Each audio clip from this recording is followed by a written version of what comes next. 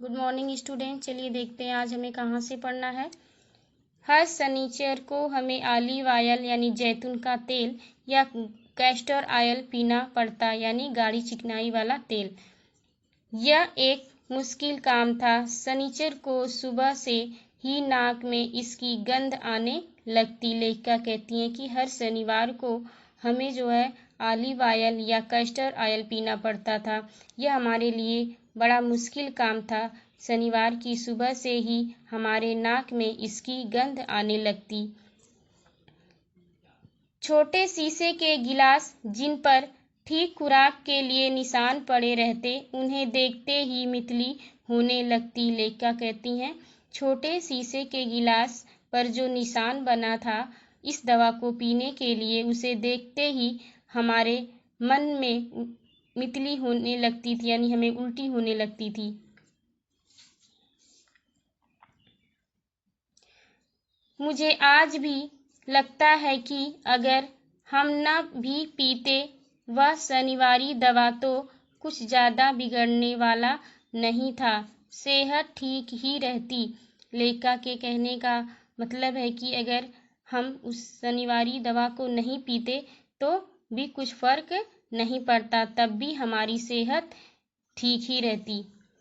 तुम्हें बताऊंगी कि हमारे समय और तुम्हारे समय में कितनी दूरी हो चुकी है, यहाँ तक कि बचपन की दिलचस्पियाँ भी बदल गई हैं। लेखिका कहती हैं कि मैं तुम्हें बताऊंगी कि हमारे और तुम्हारे समय में कितना फ़र्क हो चुका है यानी कितना अंतर हो चुका है। यहाँ तक कि जो हमारे बचपन की दिलचस्पियाँ थी वो भी बदल गई हैं। याद रहे उन दिनों कुछ घरों में ग्रामोफोन थे, रेडियो और टेलीविज़न नहीं थे। लेखिका कहती हैं कि हमें आज भी याद है कि उन दिनों कुछ ही घरों में ग्रामोफोन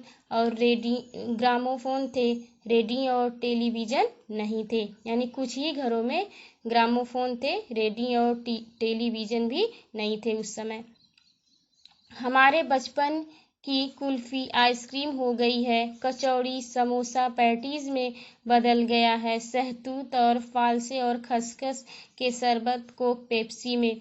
कह रहे हैं कि लेखिका कहती हैं कि उन दिनों जो है कुछ ही घरों में ग्रामोफोन थे, रेडियो और टेलीविज़न नहीं थे। हमारे जो बचपन की कुल्फी थी वो अब आइसक्रीम हो गई है, कचौड़ी समोसा में बदल गया है और जो है कचौड़ी समोसा और पैटीज में बदल गया है।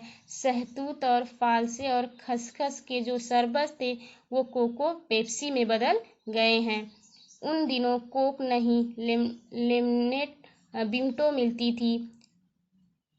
शिमला और नई दिल्ली में बड़े हुए बच्चों को वेगर्स और डेविको रेस्तरां की चॉकलेट और पेस्ट्री मज़ा देने वाली होती। हम भाई बहनों की ड्यूटी लगती शिमला मॉल से ब्राउन ब्रेड लाने की। लेखिका इसमें जो है चॉकलेट का मतलब कि वेगर्स और डेविको रेस्तरां की चॉकलेट जो है बड़ी ही अच्छी होती थी उस समय।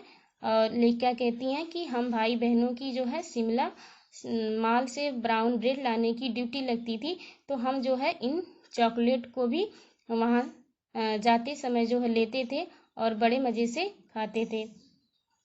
हमारा घर मॉल से ज़्यादा दूर नहीं था, एक छोटी सी चढ़ाई और गिरजा मैदान पहुँच जाते। वहाँ से एक उतराई उतरते और मॉल पर कन्फेक्शनरी यानी कि हलवाई की दुकान, काउंटर पर तरह तरह की पेस्ट्री और चॉकलेट की खुशबू मन